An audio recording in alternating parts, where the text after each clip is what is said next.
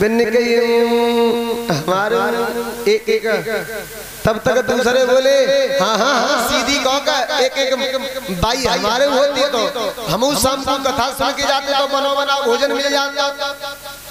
हाँ भैया यही कहना चाह रहे हैं महाराज महात्माओं की बुद्धि बिगड़ गई, महात्माओं की बुद्धि बिगड़ गई। दूसरे दिन पहुंचे कथा सुनने के लिए, पहुंचे तो रास्ता में जब जा रहे थे प्रभु श्री राम अपनी कुटिया से आ रहे थे तब तक महात्मा ने कही भैया हाँ तुमने पहचानता? दूसरे बोले हम नहीं पहचानते। तीसरे बोले जे नहीं जानता हम जानते हैं। कैसे जानते हो? अरे ये वही प्रभु श्री राम है दशरथ के बड़े बेटा जिन्होंने अपने चरणों की रज से एक पत्थर को नारी बना दिया था। तब तक प्रभु श्री राम आए गए, कथा प्रारंभ हो गई और जब कथा शुरू हुई तो कथा जब शाम को फिर समापन हुई तो महात्मा फिर चलन लगे वहां से। तब तक महात्मा ने कही भैया तुमने एक बात बताई। कहा बात बताई कि तुम ये कह रहे थे ये प्रभु श्री राम है, इनके चरणों की रज से पत्थर में से नारी बन गई।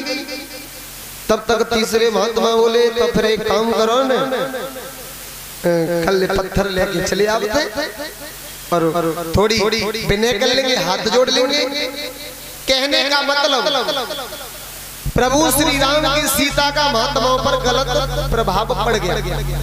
कहते अच्छी बात का और आदमी जो बुरा होता है उससे पहले निकलता है।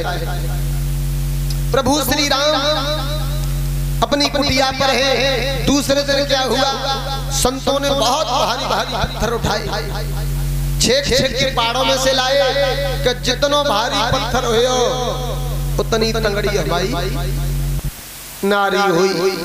आहा जेठ मास के दिन रहे परीक्षित महाराज। अब महात्मा अपा मूड पर धरे पत्थर मचका मचक चले आ रहे, पसीना दे रहे, सब दाढ़ी भीज गई, सब कुर्ता चला भीज गए पसीना में। और पंचवटी पे पहुंचे भाई परम प्रभु श्री राम समझ गए कि लगता है इन संतों पर मेरी सीता का गलत प्रभाव पड़ गया। मगर फिर भी राम ने कुछ नहीं कहा। संत पहुंचे। अब महाराज कथा तो बंद है गई, व्यथा चालू है गई, कथा में व्यथा चालू है। प्रभु ने कहा कहिए महाराज पसीना दे रहे हो, इन्हें बड़े बड़े भारी भारी पत्थर क्यों लाए हो? तो कुछ संत बोले प्रभु हम तुम्हें जानते हैं, तुमने एक पत्थर से अपने चरणों की रज लगाई तो उसमें से नारी प्रकट हो गई। हाँ हाँ इसमें क्या शक है, बात सही है। तो प्रभु एक एक हमारे अरे कहो क्या कहना चाहते हो? प्रभु एक एक हम अरे बोला ना। तब तक दूसरे महात्मा रहे हमारे हरिओम बाबा चश्मा लगाए के एकदम सो बोले कि हाँ हाँ सीधी सीधी कहो महाराज हम ये चाहते हैं, देखो तुम्हें शाम को बना हुआ भोजन मिल जाता है, आराम से रहते हो, ना धो के निकल आते हो, एक एक हमारी उपाय होती तो हमारा भी समय सही गुजर जाता। प्रभु श्री राम समझ गए इन संतों पर मेरी सीता का गलत प्रभाव पड़ा है। तो प्रभु ने कहा ठीक है महाराज आज आप एक काम करो, इस पत्थर को सर पे रखो और आप यहाँ से जाओ, आज चले जाओ और कल फिर आइयो और कल हम तुम्हारे पत्थर से चरणों की रज लगा देंगे और तुम्हारी एक एक बाई। भैया महात्मन ने द्वारा से फिर सर पे पत्थर रखे। अब रास्ता में बतलावत जा रहे भैया, हाँ भैया पल्लग पे पत्थर लाए, इतने ले जा रहे, कल फिर पत्थर लेके आएंगे और इतने फिर भैया हमारी विदा है की जाई। दूसरे दिन फिर संत आए, इतने बड़े बड़े पत्थर सर पे रख खिला रहे हैं, सोचते चले आ रहे हैं अपने अपने मन में, महाराज लड्डू फूट रहे हैं, एक ही बात सोच रहे हैं, कल पत्थर लेके गए फिर लाए, अब इतने ले जा रहे हैं, पल्लव तक तो हाथ में हाथ डाल के आगे। लेकिन तब तक प्रभु श्री राम ने क्या किया, अपनी सीता का हरण करा दिया।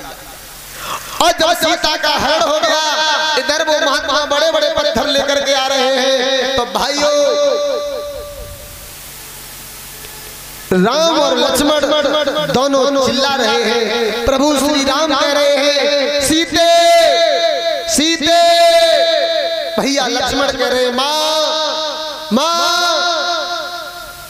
और संतों ने जैसे ही देखा कि जो कल तक हमें कथा सुनाते थे वो आज अपनी बाई को ढूंढ रहे हैं। दूसरे भैया ने कही भैया क्या बात है, तीसरे ने कही लगता है कोई ले गया, तब तक चौथे ने कही ऐसा करो ये पत्थर फेंक दो जाइए अपने अपने घर को भाग चलो। एक बाई बुद्धे महात्मा और जे रखाई नहीं पाए, इन पे तो धनुष बाण हुए, हम तुम पे तो कछु ना है, हम तुम कैसे रखेंगे जंगल में। आज संतों ने सर से पत्थर फेंके और भाग गए। मेरे कहने का तात्पर्य, मेरे दृष्टांत का मतलब ये है कि इंसान पर बुरी बात का असर बहुत पड़ता है। हाँ, बोलिए भगवत्सल भगवान की जय। यहाँ से जो भी कथाएं आज कृष्ण जन्म होना है बड़े भैया के द्वारा श्रवण करेंगे, और मैं लेकर के चलूंगा महाभारत का प्रसंग, जहाँ मैंने कल छोड़ा वहीं से। ठीक।